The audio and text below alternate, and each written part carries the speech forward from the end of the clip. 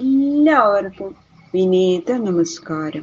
ശ്രീമദ് ഭാഗവതം ദശമസ്കന്ധം അധ്യായം 38 ശ്ലോകം 32, 33, 34, 35, 36, 37, 38, 39 8 ശ്ലോകങ്ങള് ഇന്ന് നമുക്ക് നോക്കാം. ഭഗവാന് അങ്ങനെ സുന്ദര രൂപത്തില് ഭഗവാന്മാരെ കണ്ടു.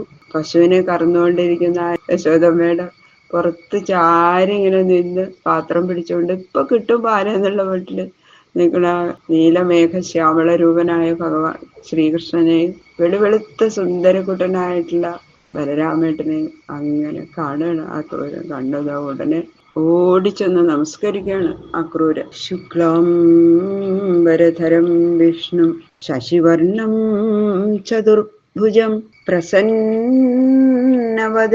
ധ്യായേൽ സർവവിഘ്നോപശാന്തയേ കോമളം കൂജയൻ വേണു ശ്യാമളോയം കുമാരക വേദവേദ്യം പരം ബ്രഹ്മ ഭാസതാം പുരതോ മമ. ഓം നമോ ഭഗവതേ വാസുദേവായ. ശ്ലോകം 32. പ്രധാന പുരുഷാവാദ്യൗ ജഗത്തേതോ ജഗൽപതി അവതീർണൗ ജഗത്യർത്ഥേ സ്വാംശേന ബലകേശവൗ. ലോകസൃഷ്ടിക്ക് മുൻപും പ്രളയത്തിനു ശേഷവും ഉള്ളവരാകയാൽ ആദ്യന്മാരും ലോകത്തിന്റെ ഉൽപ്പത്തിക്ക് കാരണമായി ഭവിച്ചവരും ലോകധർമ്മത്തെ നിലനിർത്തി രക്ഷിക്കുന്നവരും ഭൂമിക്ക് ഭാരമായി ഭവിച്ചിരിക്കുന്ന ദുഷ്ടന്മാരെ സംഹരിക്കാനായി ബലരാമൻ, കേശവൻ എന്ന പേരോടുകൂടിയ മൂർത്തിഭേദങ്ങൾ ധരിച്ച് അവതരിച്ചിരിക്കുന്ന പ്രകൃതി പുരുഷ സ്വരൂപന്മാരായ ശ്രീകൃഷ്ണനെയും ബലരാമനെയും കണ്ടു. ദിശോ വിധിമിരാരാജൻ കുർവാണോ പ്രഭയാ സ്വയാ യഥാ മാരകതശൈലോ രൗപ്യശ്ച കനകാചിതൗ. ശിശുബ്രഹ്മർഷി പറയണു, ഹേ രാജാവേ, സ്വർണാഭരണങ്ങൾ അണിഞ്ഞ് നീല നിറത്തിലിരിക്കുന്ന കൃഷ്ണൻ സ്വർണത്താൽ വ്യാപിക്കപ്പെട്ട മരതക പർവ്വതം പോലെയും ശുഭ്രവർണ്ണമുള്ള ബലരാമൻ വെള്ളി മാമല പോലെയും ഇരിക്കണു. തങ്ങളുടെ ശരീരത്തിൽ നിന്ന് പുറപ്പെടുന്ന ആ കാന്തിയുടെ വ്യാപ്തിയാൽ സകല ദിഗ്ഭാഗങ്ങളിലുമുള്ള ഇരുട്ടിനെ നശിപ്പിച്ച് പ്രകാശിപ്പിക്കുന്ന കൃഷ്ണനെയും രാമനെയും കണ്ടു. യഥാൽ തൂർണമവപ്ലുത്യ സ്വാക്രൂരസ്നേഹവിഹ്വല പപാദചരണോപാന്തേ ദണ്ഡവൽ രാമകൃഷ്ണയോ. സ്വമനോരഥത്തെ അനുസരിച്ച് പരമാനന്ദത്തെ നൽകുന്ന മനോഹര രൂപന്മാരായി തന്റെ സമീപത്തിൽ കളിക്കുന്ന ആ ബലരാമനെയും ശ്രീകൃഷ്ണനെയും കണ്ടു അക്രൂരൻ.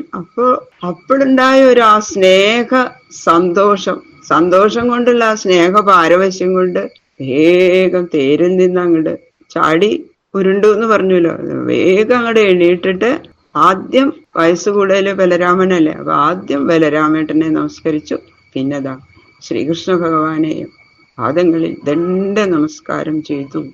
ഭഗവത് ദർശനാഹ്ലാദബാഷ്പപര്യാവുലേക്ഷണ പുളകാഞ്ചിതാംഗ ഔത്കണ്ഠ്യാൽ സ്വാഖ്യാനെ നാശകന്ദ്രുപ.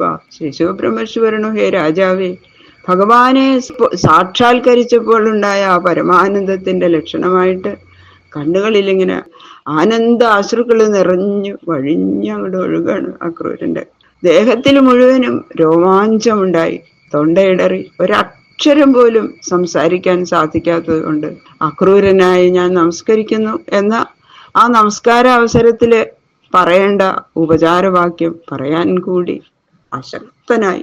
പറയാൻ സാധിച്ചില്ല അക്രൂരന് തൊണ്ടയിടറിയിട്ട്. ഹേ രാജാവേ, ആ ക്രൂരന്റെ ഭക്തി ആലോചിച്ചു നോക്കൂ എന്ന് പറയാണ്.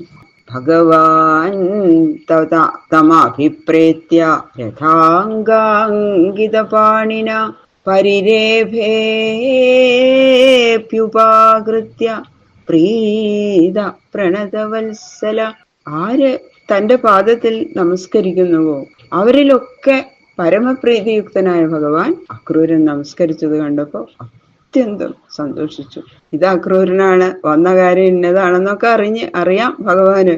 എന്തായാലും അക്രൂരിന്റെ കാര്യമൊക്കെ ഞാൻ സാധിപ്പിക്കാം എന്ന് പറയുകയാണെന്ന്, അങ്ങനെ ബോധ്യപ്പെടുത്താനാണോ എന്ന് തോന്നണ മാതിരി സുദർശന ചക്രം പിടിച്ച്, സുദർശന ചക്രം ഇങ്ങനെ എപ്പോഴും പിടിച്ചോണ്ടിരിക്കുമല്ലോ, അപ്പൊ ഒരു തഴമ്പ് വന്നിട്ടുണ്ടെന്ന് കയ്യില്.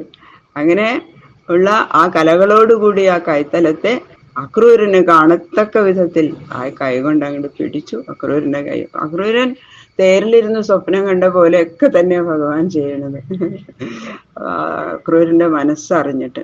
അങ്ങനെ കൈ പിടിച്ചിട്ട് തന്റെ മുൻഭാഗത്ത് അങ്ങോട്ട് നിർത്തി പരമസ്നേഹത്തെയും അഭേദ ബുദ്ധിയെയും കാട്ടുവാനായി അങ്ങനെ സ്നേഹപൂർവ്വം അങ്ങോട്ട് ആലിംഗനം ചെയ്തു, കെട്ടിപ്പിടിച്ചു അങ്ങോട്ട് മുറുക്കെ അക്രൂരനെ. അക്രൂരന്റെ കണ്ണിൽ നിന്നങ്ങനെ ആനന്ദാശ്രുക്കള് ഒഴുകിക്കൊണ്ടിരുന്നു. അതാ രോമാഞ്ചം കൊണ്ട് തൊണ്ടയിടറിയിട്ട് ഒന്നും പറയാൻ പറ്റണില്ല അക്രൂരന്.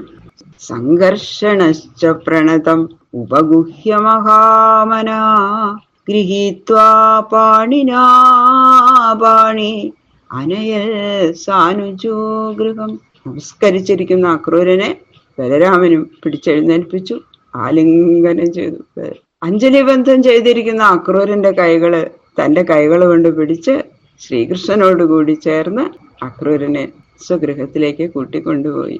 ഒരു കൈ കൊണ്ട് അക്രൂരനെ പിടിച്ചു ബലരാമേട്ട്, മറ്റേ കൈ കൊണ്ട് ശ്രീകൃഷ്ണനെ പിടിച്ചിട്ട് അങ്ങനെ മൂന്നാളും കൂടിയിട്ട് ആ ഗൃഹത്തിലേക്ക് അക്രൂരനെ കൂട്ടിക്കൊണ്ടു പോവാണ്.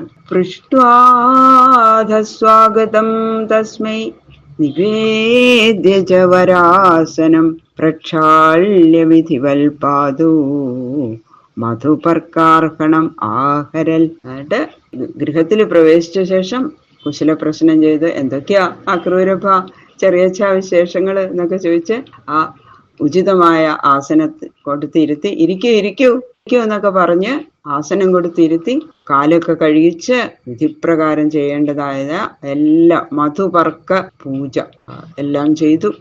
കാല് കഴുകിച്ച് അങ്ങനെ അക്രൂരനെ ഇങ്ങനെ തൊഴുതു പിടിച്ചോണ്ട് ഇരിക്കുകയാണ്. അപ്പോഴും ഒന്നും സംസാരിക്കണില്ല, കണ്ണിൽ നിന്ന് ഇങ്ങനെ അശ്രുധാരകൾ ഒഴുകണുണ്ട്, പറയാൻ പറ്റണ്ടേ എന്തെങ്കിലും. അവരാണെങ്കിലോ ഇങ്ങനെ സൽക്കരിക്കണ തിരക്കില രാമകൃഷ്ണന്മാര്. നിവേദ്യകാം ചാതിഥയെ സംവാഹ്യ ശ്രാന്ത മാതൃത അന്നം ബഹുഗുണം മേധ്യം ശ്രദ്ധയോ വാഹരൽ വിഭു. അതിഥിയായ അക്രൂരന് പശുദാനം ചെയ്തു. അതിനുശേഷം തേരിലിരുന്ന് സഞ്ചരിച്ചിട്ട് എത്ര നേരായിരിക്കണു അല്ലേ, കാലൊക്കെ വേദനിക്കുന്നുണ്ടോ, ഞാൻ തലോടി തരാമെന്ന് പറഞ്ഞു രാമസ്വാമി. പറഞ്ഞിട്ട് വേഗം അച്ഛന്റെ കാല് തലോടണ പോലെ തന്നെ ആ ചെറിയച്ഛന്റെ കാലെങ്ങനെ തലോടി കൊടുത്തു. അതൊട്ടും പ്രതീക്ഷിച്ചില്ല അക്രൂരൻ.